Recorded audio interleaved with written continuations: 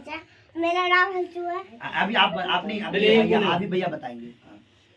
तो मुझे तब दिल पे मैं प्रार्थना चालू लगा। आज सुबह तब मुझे बलदम हो रही थी बहुत, तब उल्टी हो रही थी चाचू। अच्छा, फिर कैसे ठीक हुए आप? मम्मी ने बोला था कि प्रार्थना हो रही थी, तब मम्मी और प्रार्थना कर लेते, तब मैंने चाचू और बुखार ठीक हो गया था। क्या बात। बोलो। सबको जय माता की। मेरा नाम हर्ष है और ना कल मेरे कान में दर्द हो रहा था, तो मैंने अनाइटिया लगाया। किसने उसके लगाया? बाद उसके बाद ठीक हो गया। क्या बात।